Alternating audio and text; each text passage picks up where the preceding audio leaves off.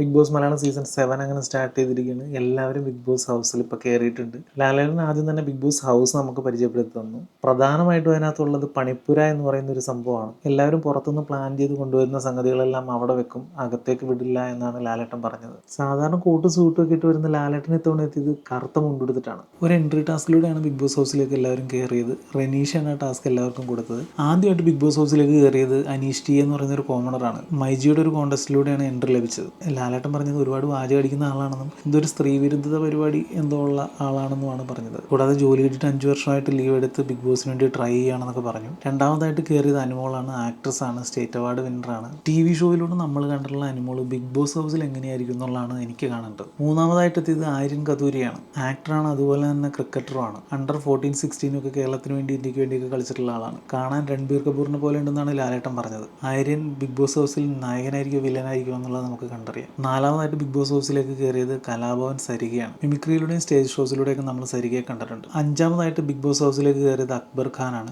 സിംഗറായിട്ടുള്ള Akbar Khan already അത്യാവശ്യം fan base ഉണ്ട്. പുള്ളിക്കാരൻ പറഞ്ഞിരിക്കുന്നത് ബിഗ് ബോസ് ഹൗസിന്റെ അകത്ത് വെച്ച് പാടുമ്പോൾ ചിലപ്പോൾ പിച്ച് ഔട്ട് ആയേക്കാം, പക്ഷേ പറയുമ്പോൾ ഒരിക്കലും പിച്ച് ഔട്ട് ആവില്ല എന്നാണ്. പുള്ളിയുടെ പിച്ച് ഔട്ട് ആവുമോ ഇല്ലയോ എന്നുള്ളതൊക്കെ നമുക്ക് വഴിയെ മനസ്സിലാവും. ആറാമതായിട്ട് ബിഗ് ബോസ് ഹൗസിലേക്ക് കയറിയത് RJ ബിൻസിയാണ്. പുള്ളിക്കാരത്തി ഒരു RJ ആണ്, അതുപോലെ തന്നെ സോഷ്യൽ മീഡിയ ഇൻഫ്ലുവൻസർ ആണ്. ഇതുപോലുള്ള ഡ്രീമുകളൊക്കെ എഴുതി വെച്ച് അച്ചീവ് ചെയ്തിട്ടുള്ള ഒരാളാണ്. ബിഗ് ബോസും പുള്ളിക്കാരത്തിൻ്റെ ഒരു ഡ്രീമിലുള്ളതാണ്. എവിടെ വരെ എത്തും എന്നുള്ളത് അതിൻ്റെ അകത്തുള്ള പെർഫോമൻസ് പോലെ ഇരിക്കും. ഏഴാമതായിട്ട് ബിഗ് ബോസ് ഹൗസിലേക്ക് കയറിയത് ഒനിൽ സാബുവാണ്. അഡ്വക്കേറ്റ് ആണ്, ഷെഫാണ്, ട്രാവലറാണ്. തണുത്ത നിലപാടിനോട് താല്പര്യം ഇല്ലെന്നും ബിഗ് ബോസ് ഒരു അവിയൽ പോലെയാണെന്നൊക്കെയാണ് പറഞ്ഞിരിക്കുന്നത്. ഒരു പൊളി പൊളിക്കാൻ സാധ്യതയുള്ള ഒരാളാണ്. എട്ടാമതായിട്ട് കയറിയത് ബിന്നിയാണ്. സീരിയലിലൂടെ പരിചിതമായ ആക്ട്രസ് ആണ്. ഡൽഹിയിൽ ഡോക്ടറായിട്ട് വർക്ക് ചെയ്തിരുന്ന ആളാണ്. പ്രൊഫഷനൊക്കെ വിട്ട് ഇപ്പോൾ ഒരു ആക്ട്രസ് എന്ന രീതിയിൽ എസ്റ്റാബ്ലിഷ് ആവാൻ ട്രൈ ചെയ്തുകൊണ്ടിരിക്കുകയാണ്. ഏതായാലും ഡോക്ടറായ ആക്ട്രസ്സായ ബിന്നി ബിഗ് ബോസിലെത്തിയിരിക്കുകയാണ്.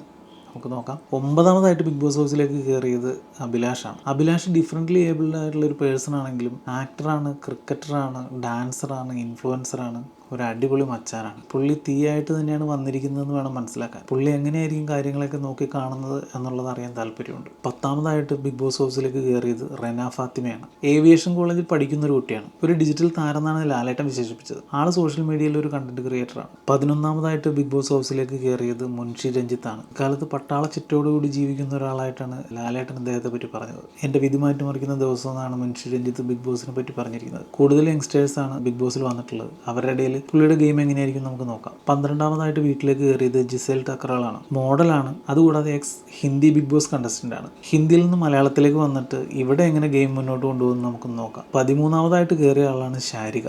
സോഷ്യൽ മീഡിയയിൽ പരിചിതമായ ഒരു മുഖമാണ്. ഇന്റർവ്യൂവറാണ്, സ്ത്രീകൾക്ക് വേണ്ടി സംസാരിക്കുന്ന വ്യക്തിയാണ്. കോൺട്രവേഴ്സ്യൽ ആയിട്ടുള്ള ഇന്റർവ്യൂകളിലൂടെ തന്നെയാണ് കൂടുതലും ഫേമസ് ആയിട്ടുള്ളത്. 14ാമതായിട്ട് ബിഗ് ബോസ് ഹൗസിലേക്ക് കയറിയത് ഷാനവാസ് ആണ്. കുങ്കുമപ്പൂവ് സീരിയലിലെ രുദ്രൻ എന്ന കഥാപാത്രത്തിലൂടെ ഫെയിം ആയിട്ടുള്ള ആളാണ്. ആളുകൾക്കൊക്കെ ഒരുപാട് പേർക്ക് ഇഷ്ടമുള്ള ഒരു ആക്ടറാണ്. ബിഗ് ബോസ് ഹൗസിൽ ആ ഒരു ഇഷ്ടം മുന്നോട്ട് കൊണ്ടുപോകാൻ സാധിക്കുമെന്നെല്ലാം അവിടെയുള്ള പെർഫോമൻസ് അനുസരിച്ച് നമുക്ക് മനസ്സിലാക്കാം. അടുത്തായിട്ട് ബിഗ് ബോസ് ഹൗസിലേക്ക് കയറിയത് നെവിനാണ്. ഡാൻസറാണ്, അതുപോലെ തന്നെ ഫാഷൻ കൊറിയോഗ്രാഫറാണ്. എന്തായാലും ഒരു റൗണ്ട് കളിക്കാൻ ഉറപ്പിച്ച് തന്നെയാണ് പുള്ളി വന്നേക്കണം എന്നുള്ളത് നമുക്ക് കാണുമ്പോൾ തന്നെ അറിയാം. കളികളൊക്കെ എത്രത്തോളം പോകും എന്നുള്ളതാണ് നമുക്ക് മുന്നോട്ട് മനസ്സിലാക്കേണ്ടത്. നമുക്ക് നല്ലൊരു കണ്ടന്റ് തരുമെന്ന് പ്രതീക്ഷിക്കാവുന്ന ഒരു കണ്ടസ്റ്റന്റ് ആയിട്ട് തോന്നിയിട്ടുണ്ട്. നെക്സ്റ്റ് ആദില നൂറ.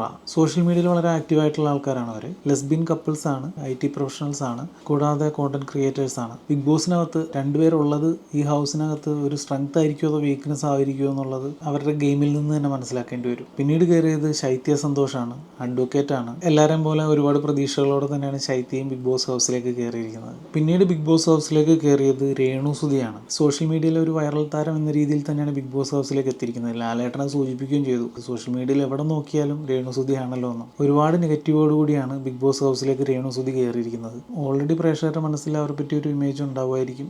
അത് ബ്രേക്ക് ചെയ്യാൻ പറ്റുവാണെന്നുണ്ടെങ്കിൽ ചേഞ്ചസ് ഉണ്ടാവും, ഇല്ലാന്നുണ്ടെങ്കിൽ വളരെ മോശം ഒരു അവസ്ഥയിലേക്ക് പോകേണ്ടി വരും. പിന്നീട് ബിഗ് ബോസ് ഹൗസിലേക്ക് കയറിയത് എല്ലാവരുടെയും പ്രഡിക്ഷണൽ ലിസ്റ്റിലുണ്ടായിരുന്ന അപ്പാനി ശരത്താണ്. അങ്കമാലി ഡയറീസിലൂടെ സിനിമയിലേക്ക് എത്തിയ താരമാണ്. തീയിൽ കുരുത്ത വെയിലത്ത് വാടില്ലെന്ന് പറഞ്ഞാണ് അപ്പാനി അകത്തേക്ക് കയറിയിരിക്കുന്നത്. വെയിലത്ത് വാടാതിരിക്കുമോ അതോ കത്തിക്കരിഞ്ഞു പോവോ എന്നുള്ളതെല്ലാം നമുക്ക് വരും ദിവസങ്ങളിൽ അറിയാവുന്നതാണ്. അങ്ങനെ എല്ലാവരും എൻട്രി വൈൻഡപ്പ് ചെയ്യുകയാണ്. അതിനുശേഷം ബിഗ് ബോസ് എല്ലാവരും വിളിച്ചിരുത്തി ആ ഒരു എൻട്രി ടാസ്കിലെ വിന്നേഴ്സ് ആരാണെന്ന് പറയുകയാണ്.